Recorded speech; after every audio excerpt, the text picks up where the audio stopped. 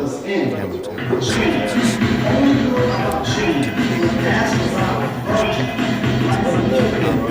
project started about... So Davis, you're just about to leave. I'm going to be very brief. How are you feeling? So Mikey, you're just about to wake up tomorrow. I'm going to do a lot more of that in between before waking up. God, you're missing this! So, passing word, Mikey, from the master. Quick. Oh, it's good to see the space going off, man. About 18 months ago. Even in my class. And I'd like to say, hold on. Chris, how do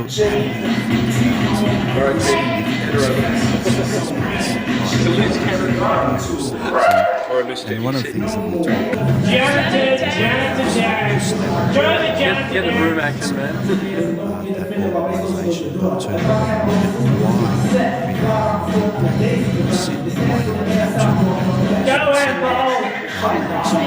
How many gigs can you handle? About one. Quick time file. process of DAGOSTINO, who at the time, like myself, went to most of the gigs at Imperial Slacks. One of the things that we started to realise was that Imperial Slacks was not like any other artist-run space. It wasn't just an exhibition space. It wasn't a space that you went and looked at objects of art, but it was a social environment. It was a political environment. It was a creative environment. It was an inspirational environment, and it was a fun environment as well, because the parties, I think, were legendary. And the actions and interventions, were also sort of legendary. And in a way, what we were looking at was a group of artists whose synergies really impacted not only on the art world, but more significantly on each other. And they sort of like engaged with each other in not only the 15 or so artists that were Imperial Slacks, but also the Strap-Ons, which was a bigger community of artists that sort of were associated with the Imperial Slacks.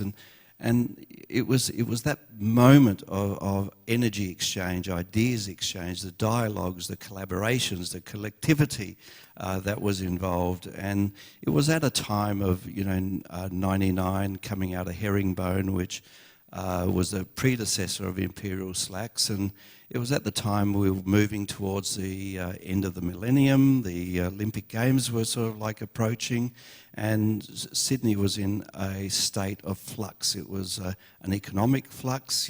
Our political masters were talking about the huge economic windfall that was going to sort of like hit Sydney, and it did. And part of it was that it evacuated a whole lot of artists' studio complexes from the inner city as we turned them into New York-style apartments. And it always reminds me that we're always mimicking other cultures, and New York style. So we mimic a New York idea of what an inner city looks like. But the Imperial Slack has sort of galvanized a particular set of energies, exchanges, dialogues that really captured imaginations and really provoked something more than just the space of Imperial Slacks, because they moved into club culture, they moved into the street, and sort of like they were much bigger than the space itself. And it was these things beyond nostalgia or beyond the romance of thinking about history, and we live in a culture that's, I think, is always defined by a very strong sense of amnesia, that it was really important for us to sort of like acknowledge something significant and explore something significant in what Imperial Slacks have left us in the ecology of an infrastructure of contemporary art in Sydney. So that was the context that generated the project, and joined with Campbelltown Art Centre and to sort of make a project that selectively engaged some of the projects that were generated at that time and commission new projects and look at the intertextuality of those processes, look at question not only sort of like the making, the process, the ideologies of art, but also to expand it beyond those horizons and think about sort of like artist-curated activity and why sort of there was a shift in thinking about how we represent art. So that was some of the things that were in the foreground, and that's about all I'm going to say because I'm going to hand it over to Michael, who's actually going to chair this session. Okay, thank you. Thanks, Nick. I'd like to introduce the artists from Imperial Slacks that are here today. Chris Fox, Emma Price, Melody Willis, Michael Scavello, and Simon Cooper. It's going to be a great day. Look, I just want to... Do you want to put sunglasses on? Yeah, you can use some. Yeah, look, we're going to keep it really casual, but what I wanted to do is just quickly run through some of their achievements. Chris Fox is a sculptor, architectural designer, project manager and facilitator across several fields, including advertising, architectural commissions and gallery-based installations. Chris studied a Bachelor of Visual Arts with honours at Sydney College of the Arts, graduating in 1997, and a Bachelor of Arts in Architecture with honours at Sydney University of Technology in 2006. Chris has participated in numerous exhibitions. Next is Emma Price. Emma's an artist, curator, lecturer, publican and creative enabler residing in Sydney. She received an MFA from College of Fine Arts, where she continued to lecture in performance, sculpture and installation. Forming the collective The Kingpins in 2000, Emma has exhibited, performed nationally and internationally within festivals. Her performance work with The Kingpins is held at the MCA and in numerous collections, including Art Bank. Currently, she's an advisor, an artist advisor on the board of the MCA and co-director, which is, one of the coolest bars in Sydney, of the Bearded Tit in Redfern that I'm sure that everybody will be going to tonight. Then we have Melody Willis. Melody predominantly works in painting and drawing. She studied a Bachelor and Masters of Fine Arts at the College of Fine Arts. Melody has been in numerous exhibitions and received numerous awards, and including significant residencies, including a drawing residency at the National Art School and an Asia Link residency in China. Michael Scavello studied a Bachelor and Masters of Fine Arts at the College of Fine Arts, graduating in 2006.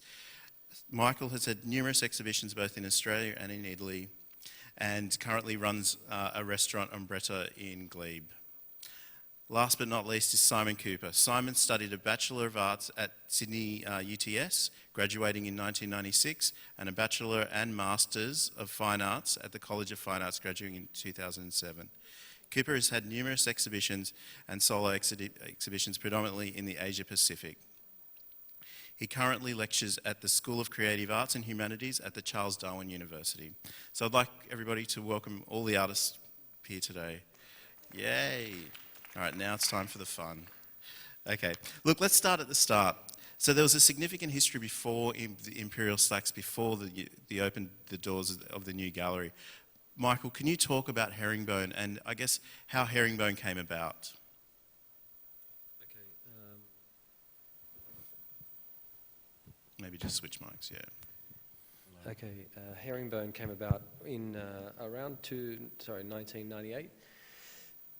When I was looking for somewhere to live, actually, so it was kind of accidental that I was kind of looking for somewhere to live, and at the same time there was a gallery called Pendulum which had just closed down. My partner at the time, Leah Donnan, who is also part of Imperial Slacks, was volunteering at Pendulum. She was offered the mailing list for that gallery, and when we both visited the place, we thought and got very excited that there's a potential new artist-run space here. And so from the bones of Pendulum came Herringbone. Maybe can you talk about the aspirations that you had for that space? What would it look like? What would the types of artists you'd show, the types of program? In terms of aspirations, I think we really just wanted to have something that was vibrant and successful. In terms of like prescribing any particular type of art, what we really wanted to do was not be a commercial space primarily.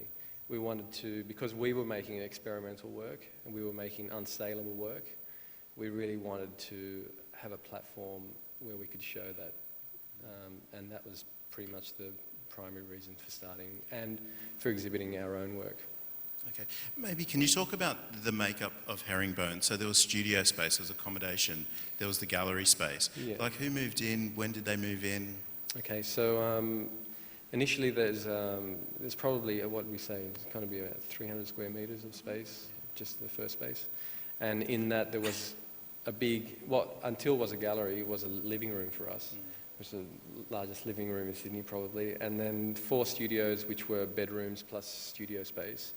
Large industrial makeshift kitchen and a couple of like workers' shower cubicles, which one was a toilet cubicle, one was a shower cubicle, all sort of makeshift. And the first artists were Emma Price, myself, Laura Jordan, who's floating around one of these videos, and Wade Maranowski. I think I asked Emma first to join in, and then you found Laura, and then Wade. I approached Wade personally. That was the original makeup of artists, and then from there, probably a year later, the rest of the floor became available, which was the entire floor, and that it opened up 4 more studios, and that's when Chris and Tasha and Angelica got involved. It was in the 1997, late 90s Something that it like happened? that, yeah. Yeah, definitely. So what was your experience moving into, I guess, this new complex? Was this the first type of experience, living with a group of artists and so forth? Well, I was actually living in Smith Street, which is right next to Imperial Slacks, where now there's a huge, well, it wasn't there, but it's certainly there now, a huge sort of medium density apartment block, which was the beginning of the sort of gentrification, general gentrification of the area. So I was living with 4 other people in a very small terrace. I had the dining room. I paid $150 a week. It had no door. It had a small window. And this was how much real estate cost then. So for the same amount, I got to move in with this lovely human and move into a space that was just unbelievable, completely sublime. At the time, it was completely open plan, huge, beautiful kind of factory, romantic, a place called windows, floorboards. Herringbone hatching, hence the name of the gallery, was the reference to the architecture of the space. And what was really exciting was that it was the beginning of something. Having been at art school, which is where I met Michael, we were in first year together. And, it was 2005. Was that, what am I even saying? No, I'm trying to think of when I met Michael, 95, when we were in first year. So, hey, 2005. Yeah, just like that. But it was a really interesting time, mid-90s. Artists could still afford to sort of live and make work in spaces, but certainly nothing was available, well, nothing that I'd seen was available, certainly in the inner city at the time. So it was lovely to only just move. Basically, I wheeled my stuff down into in a shopping trolley into my new bedroom, and you could feel, I could anticipate the potential. It had this gorgeous, we speak of how kind of, feng shui and how, energies of architecture and, the feeling of a room, but it felt like it was the beginning of something really exciting. Maybe, Chris, could you talk about your involvement when you joined Imperial Slacks? Because from my kind of recognition of what's been happening, there was no really official start.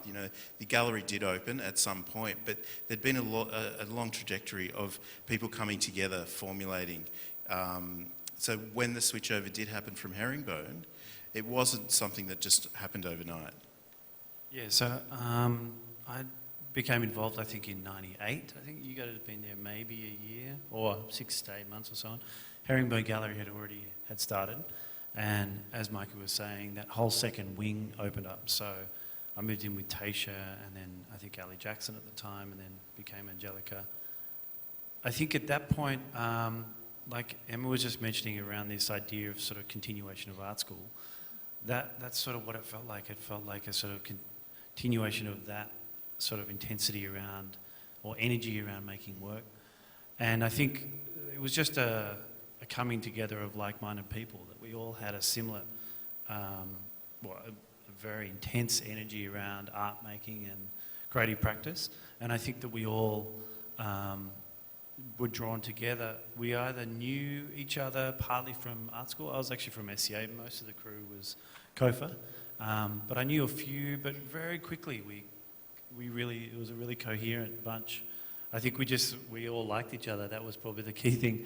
And we're talking about in the forum last week around this idea about people coming together and being drawn together because they connect with each other. And that's really what it was. It was that we all were excited by each other. We all sort of found each other, hilarious or irritating, but fun, And then from there, it sort of became Imperial Slacks just through that combined shows that we started having. And Melody, you were there from the start. So were you there from the start? You went away. From the start of Imperial Slacks, when I arrived a month before the name change, and yeah. And Simon, you've kind of got a different connection to Imperial Slacks. Like we kind of found out last week that bringing the wealth of knowledge that you had to the group was one part. Me so because I had the keys to the resource centre at he was the AV guy. I supplied sort of audio-visual equipment on the sly that no one at the uni knew about, because you weren't supposed to use it for parties and things. So that was my connection. So you didn't live there, no? I didn't live there. Actually, it's interesting that Emma was saying she was paying $150 a week for rent. I didn't actually need space because I was squatting at the time, so the space wasn't the attraction. It was really the people and the energy and what was going on there. Yeah, so look, the thing that I find most fascinating is when groups of people come together, they come together under a guise. So it's either around a medium or around a thematic or around something. But there was such diversity in Imperial Slacks at that time, I couldn't see the through lines unless I spoke to you. So maybe could you talk about, I guess, some of the bonds that you had with each other that kind of, I guess, kept the group together? Who would like to start? Go, Emma. Go. I think it was all about, joy and that the application of discipline and doing. We were all doers. We were all kind of really enthused by being creative and cultural practitioners. We all had something to say, some of us quieter than others, but no less important. So I think, we loved, we magnetically kind of came together simply because I think we shared a similar strategy of how to sort of live as artists. Some of us, were on OS study, etc. Didn't have to work. Some of us had 3 jobs.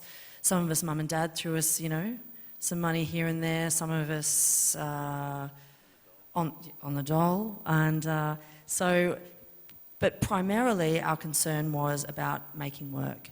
And not only making work, it was really about not wanting to make work in isolation. It was about having a generosity and an insight that was large enough to kind of look at ways of making that did reflect how we worked in studio at college, even though we were all from all different disciplines. So we weren't, like you said, it wasn't a canon of painting. It wasn't a canon of feminist video practitioners. It wasn't, anything like that. We were extremely diverse. The work was very diverse, but we all had the same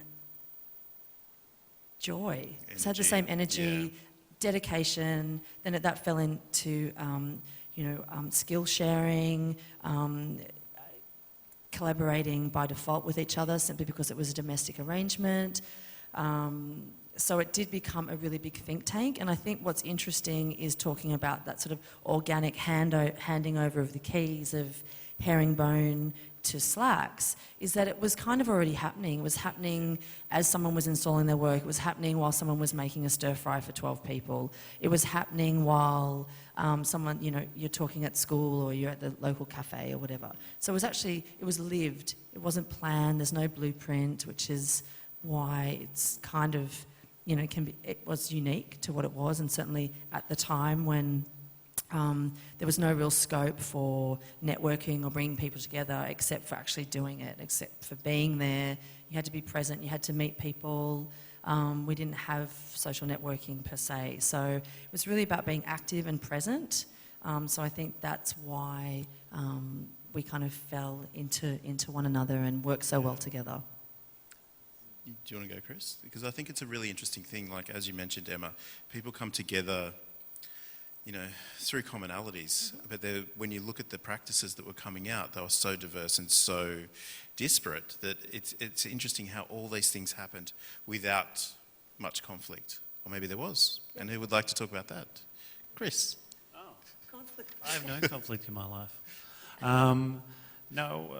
Yeah, I can segue into conflict. There's always something to talk about. But maybe just on that point we're just talking about also, there was definitely crossovers between ideas or approaches to work. So when you're talking about sort of thematics or threading on particular projects, like the site was important, obviously, in terms of its location in the inner city.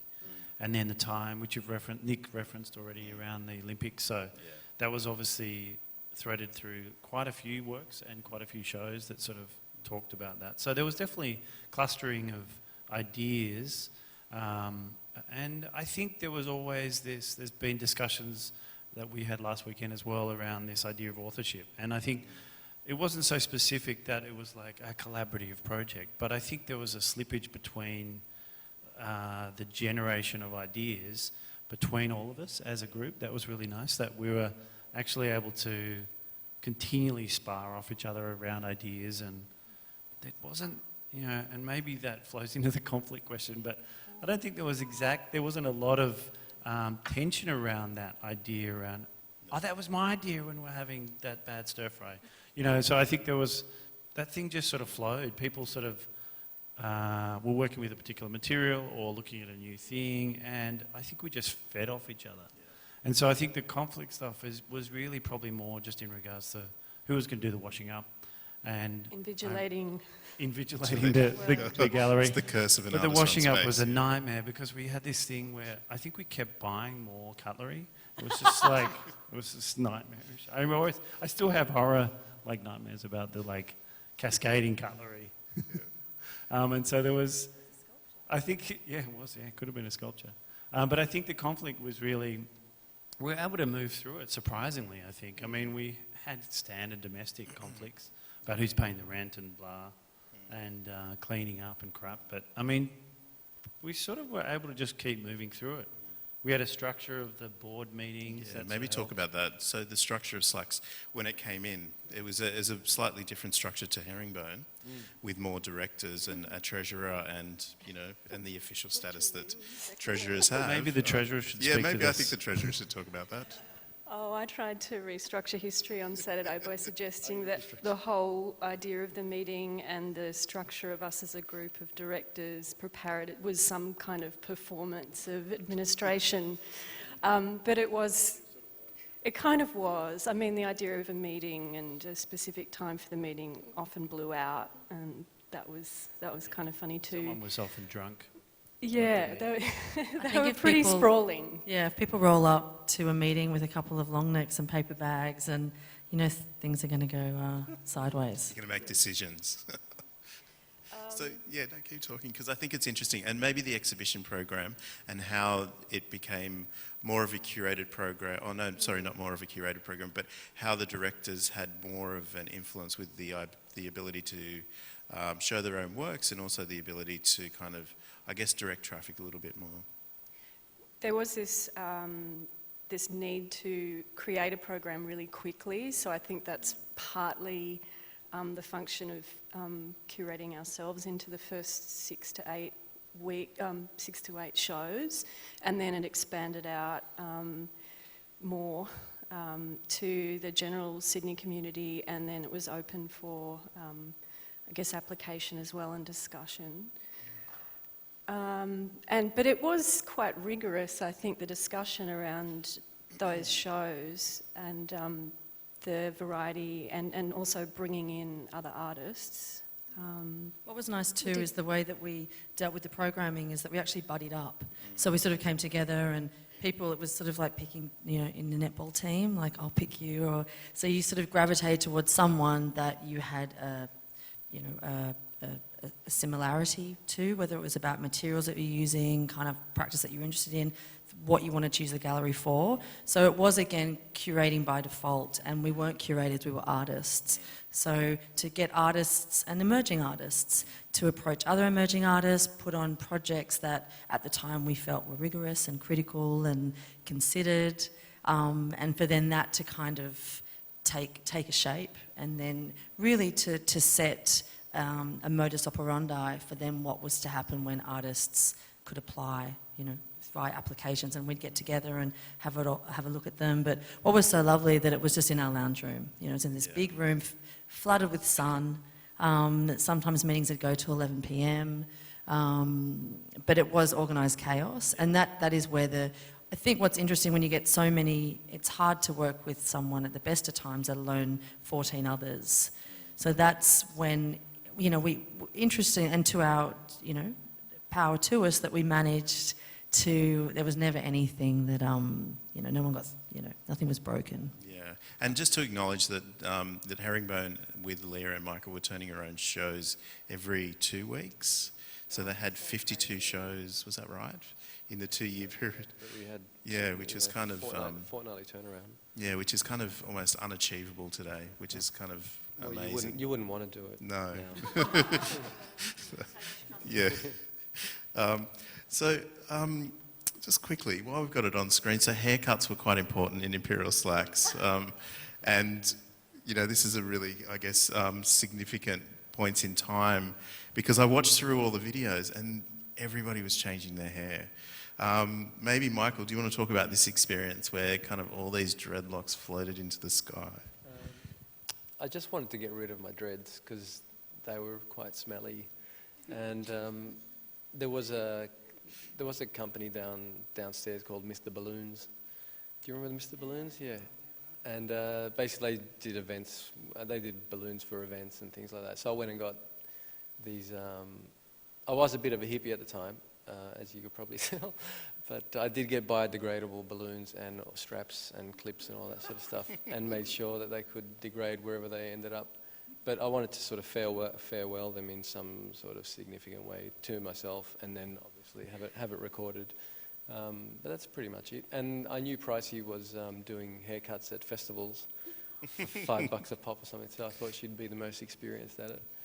So that was that story. But in terms of the other haircuts, I don't know, just when you asked that question last week, I just thought, they're just part of fashion, and they were just sort of ways that we were expressing ourselves in a way, I think too, looking at something like this, which is a really lovely document, obviously, for many reasons, is the joy and the collectivity, and, it takes real nous to let people in, as you're working out, as an artist, you're working out your voice, you practice, your modalities, all those big words, to actually have the capacity to share that with others so intimately is a huge thing, So there they go. Isn't that gorgeous?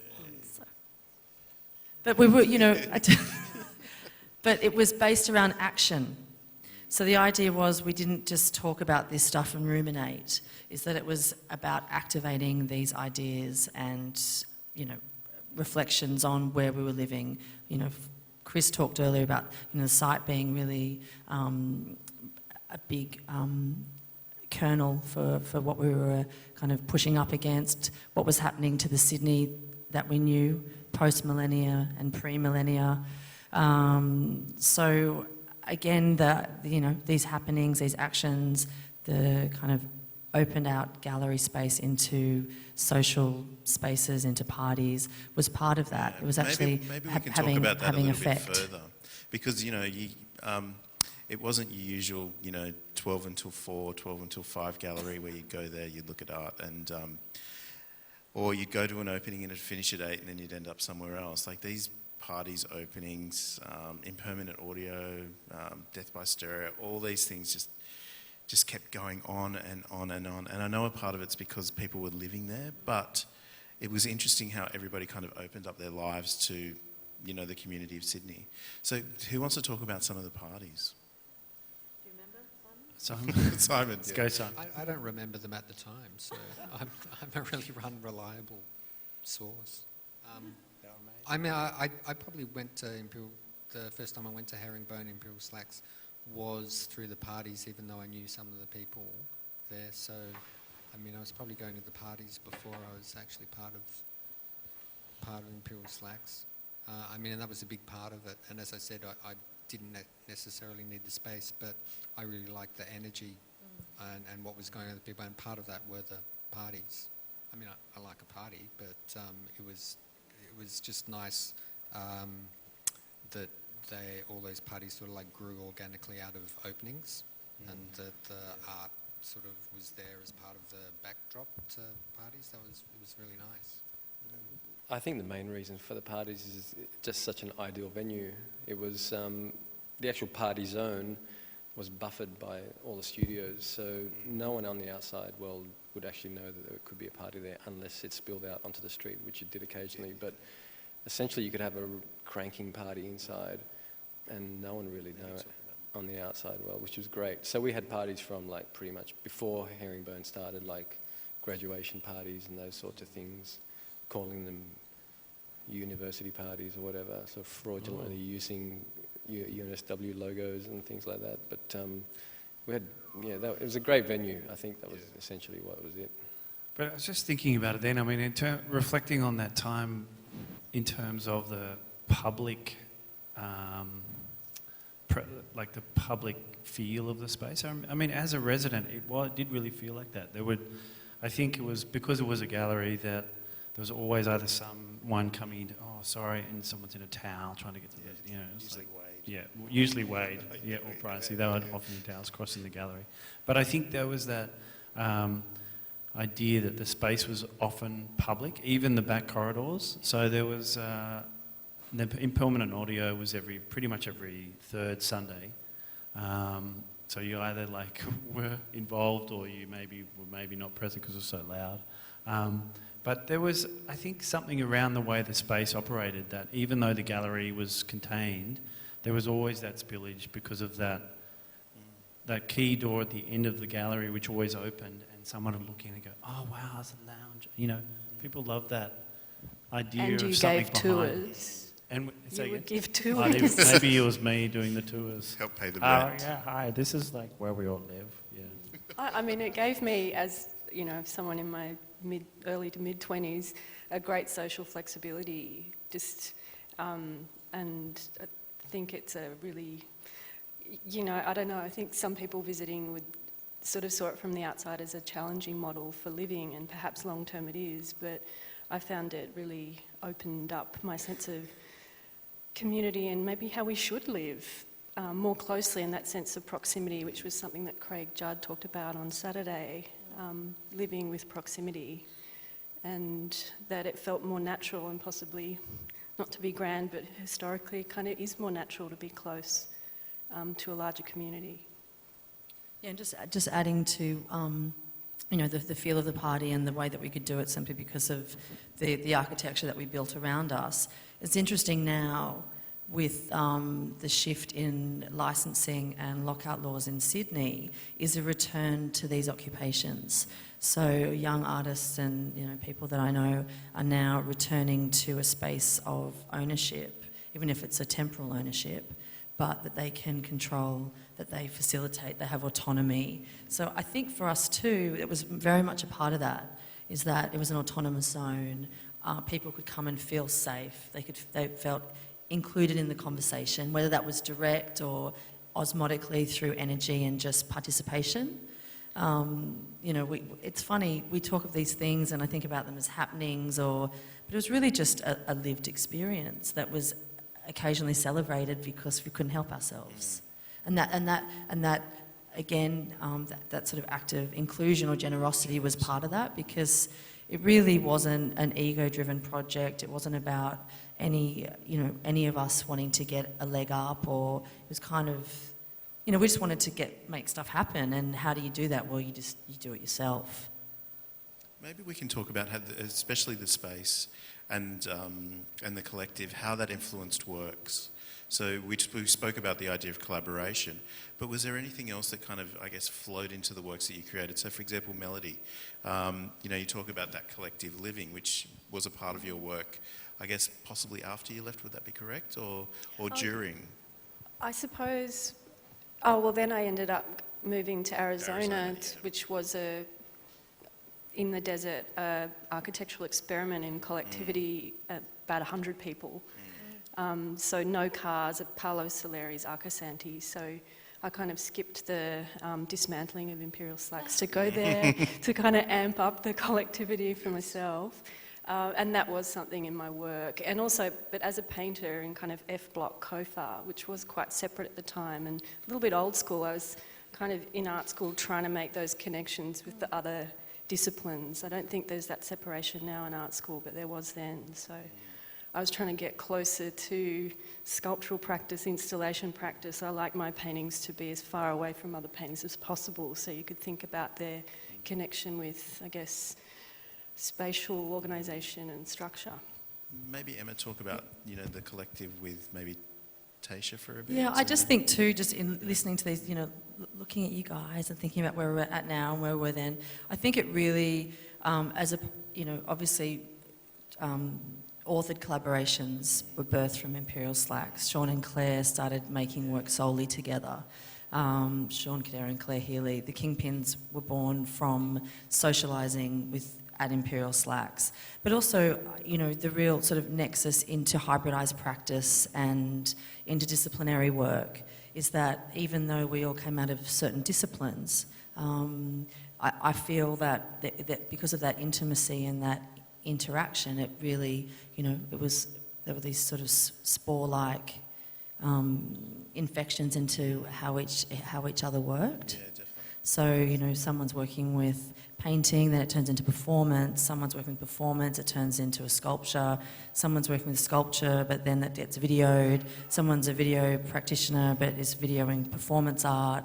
So, and that's kind of, it's really interesting when you start looking at those threads of how, even in the exhibitions at SCA and at Campbelltown, you can see the threads, these kind of, the tracking or desire lines between the work and the way in which the artist's work and way of working was affected by one another. Chris, maybe did you want to talk about that as well? Because I guess the space did actually become a part of your work. There's a number of works that either grew out from the ceiling or were performed on with DJs. Yeah, for me, making installation and sort of spatial intervention projects, I was definitely influenced by just the fabric of the building and the idea of the material. So the herringbone bracing we've talked about was sort of extended as a series of trusses that pierced the wall through into cables that extended down. So the fabric of the site was pretty inspirational. I think because even though it was a white cube as such, there was so much history with the use of the building from all the rag trade. And just, I think the building itself had a lot of presence. So for me personally, that was a big thing, but I think it influenced a lot of our work. And the work that I've remade for the SCA exhibition that's got I think finishing on Saturday, is it? Yes, Saturday afternoon. Saturday, get in there. Was a remixing of a work that was time-lapse from that period around 2000 of the construction lifts. But for me, looking back and reflecting on past work, which I think we've talked a bit about, is difficult, I think, in one sense, to remake work or rethink or see the relevance of work from something 15 years ago. But I was interested in not just recreating the work, but talking about that moment where the artwork or the exhibition space transforms into social space. So, and that's what that work was, where the artwork becomes DJ platform, becomes artwork. So it was in reference to the party that had happened during that period. But I think for me has been interesting to sort of look at that transition moments. And I think looking back at all the archive footage for all of us, I think we see that those installation periods and then de-installation periods, transition modes between exhibition into social, were probably the most interesting parts. And we're all in the space together trying to get the show together, or sort of the most interesting parts for us, I think. Maybe Simon, could you talk about the current work that you have at the show at SCA? So the insignias. The slackers. Yeah. One. Okay, so when this project came up to make work in the context of something that's looking back at something that happened 15 years ago, I was, because of my nature, a little bit cynical. So I wanted to produce something that was a slightly cynical look at what happened 15 years ago. I mean, there was a lot of discussion and talk about all the positive and the great things about it, but I don't know, I'm just kind of a negative person. I went, I want to look at the sort of negative aspects of it. So I wanted to present something that sort of tweaked the history of that time a little bit and presented it as a bit of a dark cult. With this idea of being part of a cult had come up before when we did Work, Rest, Play, Escape. The idea that Imperial Slacks was like an art cult, and so I wanted to revisit that, but I wanted to make it a little bit more dark. So I asked everyone to donate their pants, their slacks, and then I put a little like insignia on the inside like they had been branded, and put it in the context of that 15 years ago they were part of a sort of a devil-worshipping cult that had sold their souls to the devil in order to become successful artists. Which, you know, is partly true. And so the work is, unfortunately not everyone's. I could only secure the souls of 14 people because Laura and Tasha's pants didn't arrive in time. They were sending them from overseas. And so it's it's their pants actually either from the time or, as Wade said, ones that I would have worn at the time if I'd owned them. And then I've sort of put this sort of secret insignia on their mark, signifying the fact that they'd made a pact with the devil. Does anybody want to respond? Because I think the idea of cult's a fascinating thing. Like, although it was an outward-looking place, there was a very, very strong collective. You had your own language. You know, everybody had a nickname, and so it kind of sorry. The haircuts. And the haircuts, yeah. So there's a lot of things that allude to this idea of cult, and I found it fascinating when Simon proposed the work. That it flips it over. It offers it an alternate view. But a cult normally has a leader. Who's the leader? Well, Nick TSOUTAS, is he still in the room? I hope he's not. I don't know. He's still over there. He's in Archer. I was pretty mindful. I don't know what I did about it, but I did think about at the time the idea of exclusivity and really trying to bring people in, and how like a white, bright space is somewhere where you can feel really out of sorts if you don't know anyone there. So sort of trying to catch out people and be kind of socially inclusive at an opening was pretty important. But yeah, I think too it's a total myth that it was cool, because there were much cooler spaces around at the time that I would sort of go, oh, that's the cool gallery, or that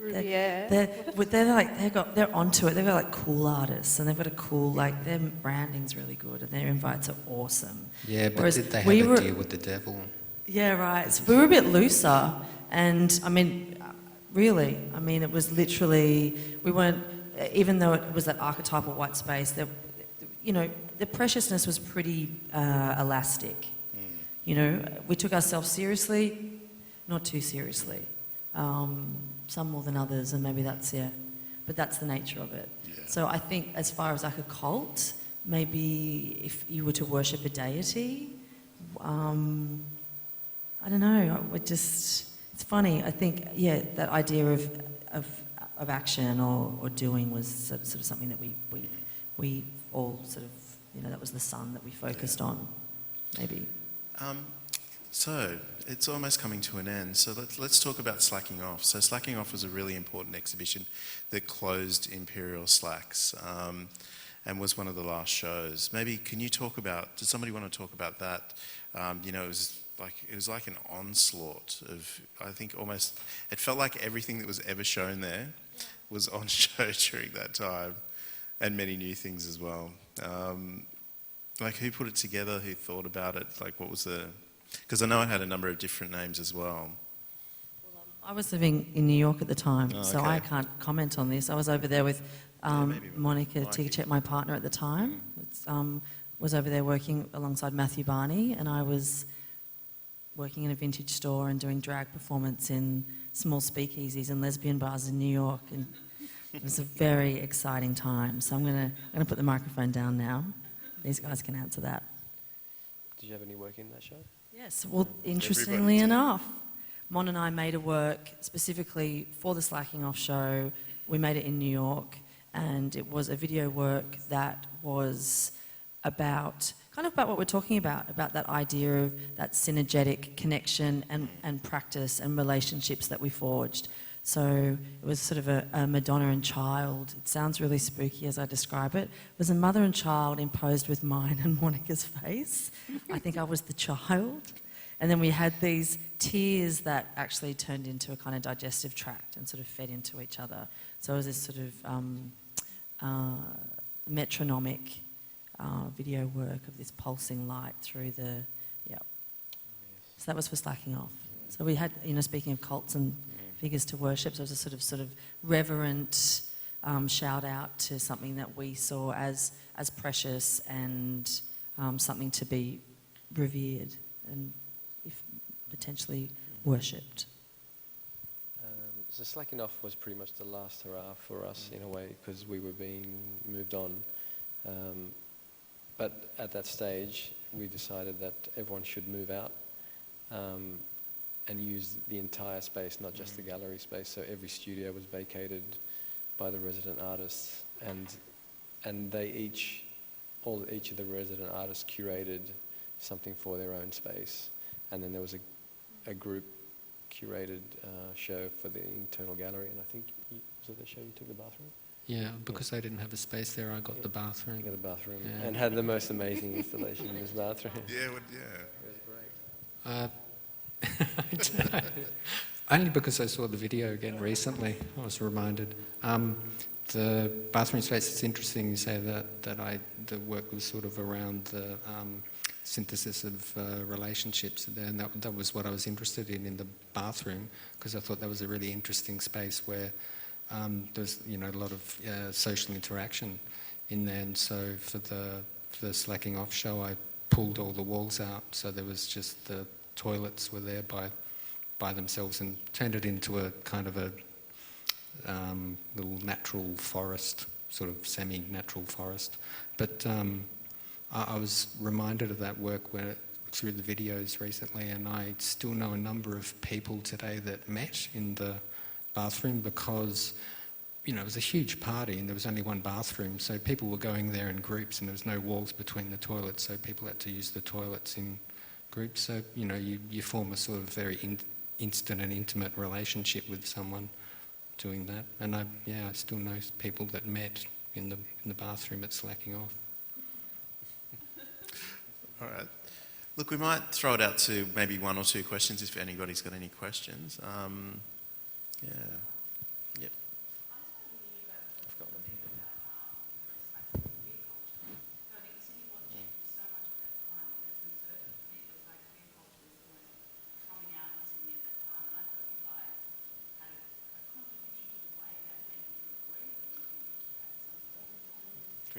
Chris. Yes, right.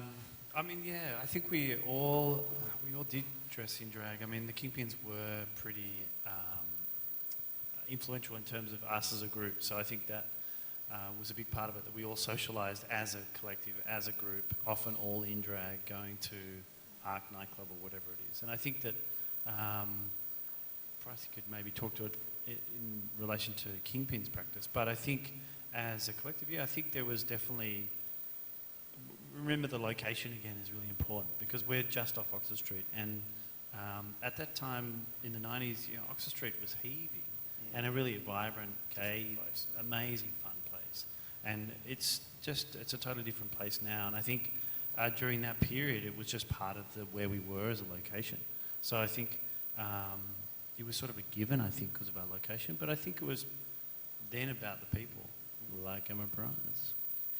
No, like all of us, because none of us were really interested in binaries. So the way in which we worked together, whether, and like that, you know, you can talk about collaborative practice being queer because it's not a normative practice. So the ways of living, you know, the way that we live collectively, there's a queerness to that because it's non-nuclear, it's non-normative, it sits outside. You know, if census was to, you know, do our household, if they were to, even to find us, exactly. So we weren't, you know, we were living differently. So that's a part of it. You know, also to do with a spectrum of sexualities. It wasn't even about even your sexuality being defined by who you slept with, the body that you were born in. It was really about a more heightened, participation and a kind of maybe mercurial way in which we identified, firstly as, you know, as artists, and secondly as something else, thirdly as something else. But there was, you know, it wasn't sort of a white-knuckled ownership on stuff. So because there was a few, you know, myself included, queer identifying people living in the compound and working with the gallery, it's just the nature, I think. It's this lovely nature of us working the way we worked, the way, you know, our non-domestic domesticity. We talk about toilets with no walls. I mean, the walls in the gallery, as it was, were very, very porous. You know, you know, I wrote a response to reflecting on slacks, and I speak about feeling like I slept with everyone. Like, so I heard them all. I fell asleep listening to them all breathe. You know, these lovely kind of ruminations that were actually, in effect, kind of true. And I think looking at not only, you know, the geography of the place, of course, but yeah, a broader spectrum of also looking at the 90s and visibility and what was happening on the streets at the time with the, you know, Mardi Gras cultural program was very strong at the time, and we would run programs through Slacks. You know, we'd be involved in different projects. A lot of people who were heterosexually identifying, it didn't matter, they were active participants. We were in the marches together. So, yeah, it was very much, yeah, part of us, but pretty much just naturally, you know. Okay. Any more questions? All right, if we could put our hands together for the artist. Yeah, thanks. Yay. And thanks, Nick. Yay.